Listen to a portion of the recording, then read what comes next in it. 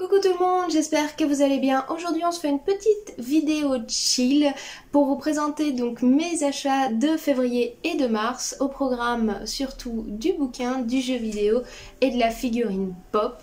Donc on perd pas plus de temps et on se lance dans la présentation de tout ça. On va commencer tout de suite avec du bouquin puisque je vous les ai pas encore présentés, c'est généralement des suites de bouquins que je vous avais déjà présentés et on va commencer par le premier roman que j'ai pris, c'est-à-dire Les Chroniques de Bridgerton, donc tome 2, qui regroupe le tome 3 et le tome 4 sortis à l'origine, où cette fois-ci on aborde l'histoire d'amour et de mariage de Benedict Bridgerton et de Colin Bridgerton, et donc ça fait suite directement au premier tome 1 qui racontait l'histoire de Daphné et d'Anthony. Je ne l'ai pas encore vraiment lu puisque j'aimerais pas trop m'avancer par rapport à la série Netflix qui se tourne actuellement. Je sais pas vous si vous avez accroché à la série ou au bouquin, si vous avez lu le tome 1, si vous avez apprécié les différences entre le bouquin et la série. Et si vous suivez un petit peu les nouvelles, à savoir que là, un des acteurs chouchous de la saison 1 de la série de Bridgerton a donc arrêté avec Netflix et est parti sur d'autres programmes. Donc on ne verra plus René Jean Page dans le rôle du duc de Hastings. On verra s'il est remplacé ou pas, mais bref. Moi j'avais bien aimé la série sur Netflix, j'ai beaucoup aimé les romans aussi. Je trouvais beaucoup de différences entre les livres et la série, mais je vous laisse découvrir tout ça. Si vous voulez que je vous en parle, je vous en parlerai un petit peu plus tard. Toujours dans du bouquin, mais on passe sur quelque chose de quand même complètement différent. Tout d'abord, au niveau des mangas, j'ai craqué sur donc My Hero Academia Ultra Analyse qui nous présente. Alors c'est pas vraiment un bon manga qui raconte l'histoire de My Hero Academia, c'est plus un guide visuel qui vous présente les différents protagonistes que vous allez croiser tout au long de la série ou du manga, qu'il soit animé ou papier. Donc voilà, c'était plus pour me mettre à jour. J'ai craqué sur l'univers de My Hero Academia et j'ai voulu un petit peu en connaître un petit peu plus, me mettre à jour et approfondir mes connaissances. Et donc je suis tombée sur ce petit manga là qui vaut 10,65 €, qui fait vraiment un point. Il est assez épais hein, comme vous pouvez voir, et qui fait vraiment un point sur les différents personnages, leurs pouvoirs, leurs capacités, leurs histoires, etc. Assez intéressant pour les fans de la série. Et on termine donc avec deux comics. Tout d'abord, Critical Role Vox Machina, donc c'est le tome 2 de la série que je vous ai présenté il y a quelques temps. On suit encore les aventures de nos 4 personnages dans l'univers de Donjons et Dragons. Le design est toujours juste sublime, les personnages sont encore plus approfondis. On agrandit encore plus la troupe par rapport à ce qu'on avait dans le tome 1 et on connaît un petit peu plus l'histoire d'autres personnages. Donc voilà. Si vous êtes fan de l'univers de Donjons et Dragons, à savoir que ce comics là est tiré donc d'une chaîne YouTube américaine qui reprend donc des aventures dans l'univers de Donjons et Dragons en faisant les différentes voix sur YouTube et sur Twitch. Et pour terminer dans les bouquins et dans le jeu vidéo, ça va faire la transition avec la suite. J'ai pris donc le comics sur Z de l'univers de League of Legends. Donc je vous avais déjà présenté ces deux-là sur Lux et H. Et voici donc le tome 3 qui est sorti sur l'univers de Z. Donc pareil, hein, toujours des superbes visuels. On y découvre un petit peu plus l'histoire du personnage mis en question et d'autres héros de l'univers de League of Legends qui sont en relation de près ou de loin avec Z. Donc pareil, hein, je vous ai pas fait une vidéo de présentation en soi, hein, je vous l'avais fait pour les autres mais pas pour lui. Si après vous voulez faire un point sur les différents comics et suites, je pourrais vous faire une vidéo résumée là-dessus. Si ça vous intéresse, n'hésitez pas à me le dire en commentaire. Donc comme je vous l'ai dit juste avant, le comics de Z fait la transition avec la suite des présentations de ce que j'ai acheté et on va passer à l'univers du jeu vidéo et je vais vous présenter donc Demon's Souls sur PS5 que j'ai acheté. C'est généralement pas mon univers, je suis assez peu patiente quand j'ai tendance à mourir plusieurs fois et pourtant j'ai voulu découvrir ça parce que j'ai vraiment été attirée par le magnifique visuel que projetait le jeu. Alors c'est pas tout le temps moi qui joue, c'est même plus souvent mon conjoint, mais j'adore le regarder jouer, l'univers est juste magnifique, il y a beaucoup de touches et la prise en main met un petit peu de temps, mais une fois que vous êtes plongé dedans et que vous avez trouvé votre classe et votre personnage, comment le monter, vous passez vraiment un réel bon moment, très beau, faut aimer le genre, mais si vous avez l'occasion, lancez-vous, ça vaut vraiment le coup. Je l'ai pas là, je n'ai pas de boîtier, mais je l'ai acheté en dématérialisé. Je vous en parle assez rapidement parce que je l'ai trouvé juste génial. Donc j'ai acheté le jeu It's Take Two. Qui est donc un jeu purement coopératif. Vous allez incarner donc deux parents sur le point de divorcer qui l'annoncent à leur fille et pour essayer de sauver leur amour, leur jette un sort et les voit projetés dans deux poupées qu'elle a créées, une poupée de bois et une poupée d'argile. Les parents vont donc passer à travers différentes aventures à travers leur maison et autres, et chacun de vous va jouer donc un personnage. L'un va jouer la poupée d'argile et l'autre va jouer la poupée de bois. Chaque personnage a ses propres capacités, ses propres avantages. Il va falloir des fois chercher un petit peu entre énigmes et surtout grosse coopération. Vous passez quand même un très bon moment. C'est pas toujours facile, c'est pas toujours inné. Il y a des passages un peu compliqués. À savoir en plus que vous avez l'avantage, si vous achetez le jeu mais que vous avez envie de jouer avec quelqu'un qui l'a pas, ils ont créé ce qu'ils appellent le pass ami. Vous envoyez ce code là à un ami, vous avez le jeu et vous pouvez jouer avec lui même s'il n'a pas acheté le jeu en question. Donc voilà, si vous voulez passer un bon moment en ce confinement, chacun chez soi parce qu'on n'a pas le choix, mais en mode coopératif sur certains jeux, je vous conseille It's Take Two, qui est vraiment un jeu à la fois magnifique et à la fois très sympa en termes de coopération. Voilà, on en a terminé pour le jeu vidéo. J'ai pas été motivée par d'autres choses que ça. Ça viendra peut-être avec le temps, mais voilà, il n'y avait pas grand chose non plus en termes de grosses sorties ce mois-ci. Monster Hunter Rise, pour ceux qui sont un petit peu fans de la licence, personnellement j'accroche pas, mais l'univers est juste magnifique aussi. Il y a Outrider aussi, mais comme j'ai le Game Pass, on l'a testé comme ça sans l'acheter, donc c'est un très bon jeu aussi que je vous conseille, surtout si vous êtes FPS, RPG. Il est plutôt pas mal, les classes sont bien foutues et vous allez prendre du temps à trouver votre personnage préféré, on va dire, avec votre classe. Beaucoup de choix possibles et l'univers est juste magnifique aussi. Enfin bref, voilà les 2-3 jeux que j'ai pu tester ce mois-ci que j'ai trouvé juste sympathiques, donc je vous les présente au passage. On termine cette vidéo sur mes achats en figurines pop. Donc on va commencer d'abord avec des Mystery Mini. J'ai craqué donc comme je vous l'ai dit sur l'univers My Hero Academia. Et ils ont sorti donc ces petites boîtes là. Pourquoi j'en ai deux? C'est très simple parce que hop, quand vous retournez la boîte, vous voyez que les 3 exclusifs du bas sont différentes. Donc j'ai testé les deux.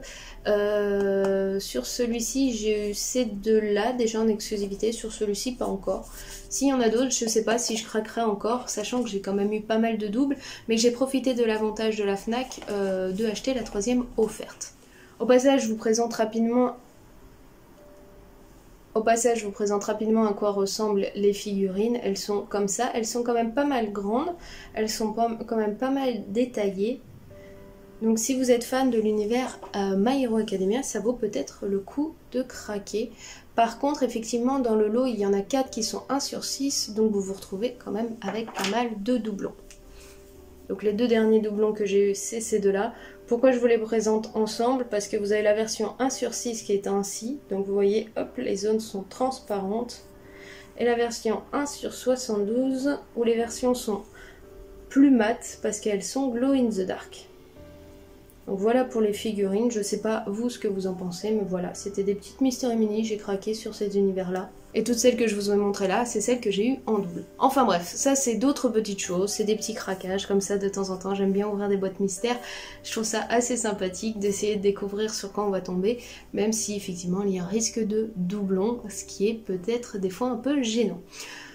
Bref, on continue donc sur les figurines pop et sur l'univers My Hero Academia, puisque bien sûr je n'avais pas de figurines dans cet univers là et ils sont en train de les rééditer, donc j'en ai profité. Donc tout d'abord on a le personnage de Kirishima, donc il y a une édition spéciale parce que je crois qu'elle est métallique, mais on va s'ouvrir ça tout de suite pour le découvrir. Donc vous voyez, ça il faisait partie de cette série là. La boîte est ainsi, et donc je vous montre la pop déballée. Donc comme je vous le disais, je pense qu'en fait il y a tout un effet métallique qui a été fait sur sa tenue. Donc le personnage est comme ça. Il est vraiment assez sympathique, j'aime beaucoup les cheveux, même s'ils ont effectivement cet effet métal un peu... J'aime bien. Donc voilà, Kirishima sur My Hero Academia. Alors le deuxième personnage sur lequel j'ai craqué, c'est Mina Ashido, dont voici la boîte. Donc elle fait partie de cette série-là qui est un petit peu différente. Hop là! Et donc pareil, je vous montre tout de suite le personnage. Hop là! Donc voilà, elle, comme elle lance de l'acide avec ses mains, vous voyez, ils ont fait toute sa plateforme qui est transparente et les jets d'acide en transparent aussi. Je sais qu'elle a une édition aussi en métallique, je crois, en édition spéciale. Mais voilà pour le personnage qui est très rose, soit dit en passant. J'aime vraiment beaucoup les pop de My Hero Academia, je les trouve assez... en mouvement en fait, elles sont pas vraiment fixes, elles ont du mouvement, du geste, ça rend assez bien les pop. Bref, on perd pas plus de temps et on passe à la suite. Donc la suite, ce sera que du Disney. Tout d'abord, celle de Caterpillar, donc Absolem en français, qui est présente comme ça pour la boîte. Donc petit sticker. Dommage, elles ont pas de fond celle-là. Donc je vous la présente tout de suite. Hop! Et voilà une petite chenille. Donc voilà à quoi ressemble la chenille dans Alice. Elle est assez simple hein, dans l'ensemble, mais plutôt bien faite. J'aime bien comment ils ont fait l'arrière, etc. Alors étrangement, je ne suis pas fan de l'univers d'Alice. Je pense que c'est peut-être l'effet un peu plus rare qui m'a fait craquer sur cette pop-là. On va voir dans l'avenir si je la garde ou pas en tout cas. Mais c'est vrai que... je la trouvais assez originale et assez sympathique. Et la deuxième pop sur laquelle j'ai craqué de la Spring Convention, vu et qui est du Disney, ce n'est autre que Belle. Alors celle-ci, elle m'avait déjà fait de l'œil à l'origine, je trouve les boîtes très très jolies. Donc soi-disant, elle fait partie de cette série-là qui était sortie à une certaine époque. Hop. Donc je pense que cette série-là, ils ont fait des pop qu'ils ont présentés en princesse Disney, qui ont un peu ce visuel-là, qui vont être sublimes. J'ai hâte de les voir. Mais bref, je vous la sors pour vous la présenter de plus près. Hop!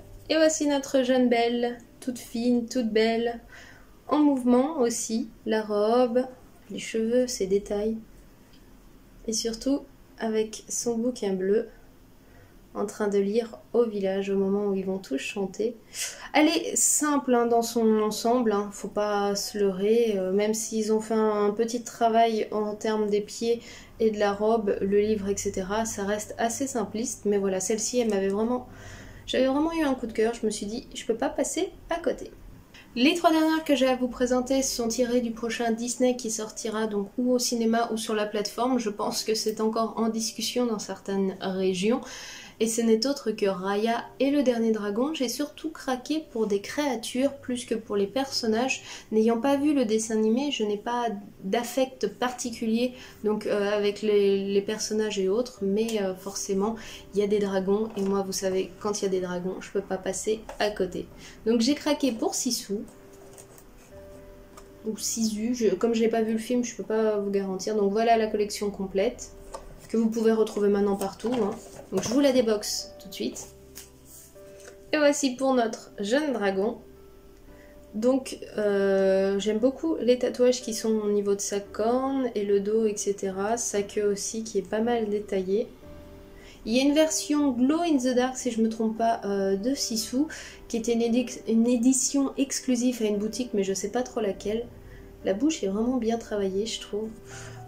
Il est pas pareil hein, en termes de détails, on n'a pas des trucs de dingue, mais voilà, juste les tatouages, la bouche que je trouve bien travaillée, etc.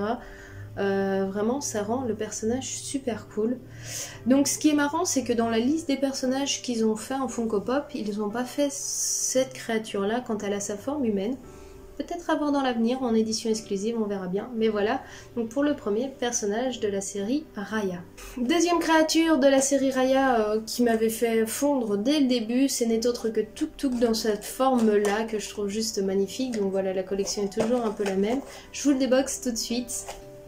Hop! Et voilà, donc c'est vraiment une petite balle, hein, il est vraiment tout rond, il n'y a pas à discuter là-dessus. Et comme il est tout rond et qui, si vous le posez, bah voilà, hein, il n'y a rien de bien stable. il aura son socle, pas d'inquiétude. Donc un socle assez grand quand même. Hop. Voilà comment il est avec son socle. Et donc pour la pop, voilà. Donc c'est un espèce de tatou hein, qui sert de monture à Ryan, plutôt grand. Il a vraiment une superbe bouille, j'adore. Il y a des détails, mais voilà, moi c'était vraiment le côté petite boule comme ça, trop mignonne. Donc voilà pour Tuk Tuk de Raya. Donc vous le voyez là, hop, sur son socle, il tient très très bien, très droit. Et la dernière pop sur laquelle j'ai craqué ce mois-ci, c'est donc Raya et Tuk Tuk en édition exclusive que j'ai trouvé à la Fnac. C'est le seul personnage humain que j'ai acheté, et je l'ai acheté parce que j'ai beaucoup aimé Raya enfant, et surtout Tuk Tuk dans ses mains qui est tout petit, qui est juste sublime. Donc celle-ci, elle n'est pas dans la liste puisque c'est une édition spéciale. C'était une exclusivité Amazon, j'ai retrouvé à la Fnac comme quoi. Hop, je vous le déboxe tout de suite et je vous la présente. Hop là, jeune Raya dans mes mains. Et voilà donc la petite Raya. Et voilà donc la petite Raya avec le petit Tuk Tuk dans ses mains. Donc là, c'est vraiment comme elle est enfant. Hop, elle est coiffée, la coiffure est assez simple, la tenue est superbe, je trouve, j'aime beaucoup les couleurs. Donc à mon avis, comme la coiffure doit la pousser vers l'arrière, elle a un petit socle. Mais voilà, donc pour la pop, je vous la montre comme ça, vous verrez plus les détails, sur lequel j'ai craqué pour cette petite boule. Je suis faible face aux créatures de chez Disney. Voilà. Donc voilà pour mes craquages de février et mars. Je sais pas vous sur quoi vous avez craqué. Moi voilà, il y a quelques pops qui y sont passés. Je pense de My Hero Academia, il y en aura d'autres qui vont tomber puisqu'ils sont en train de toutes les rééditer. Et il y en a vraiment des très très sympathiques. Pour ma part, pour le moment, au mois d'avril, il y a 2-3 steelbooks qui vont sortir et qui me font un peu de l'œil que je vous présenterai. En termes de jeux vidéo, pas grand chose, je dois avouer, à voir. Et puis sinon, bouquin comme d'habitude, hein, du Disney, des petites choses comme ça. Mais tout ça, je vous le présenterai à la fin du mois. J'espère que la vidéo vous a plu. C'était une petite vidéo chill présentation de mes craquages. Si c'est le cas quand même, n'hésitez pas à mettre un petit pouce bleu, c'est encourageant. Si vous n'êtes pas encore abonné à la chaîne, n'hésitez pas non plus, plus vous êtes nombreux, plus ça m'encourage à continuer. Et en attendant, moi je vous souhaite une très très bonne journée. Je vous dis à très bientôt et bon courage à vous tous. Allez, ciao, bye bye!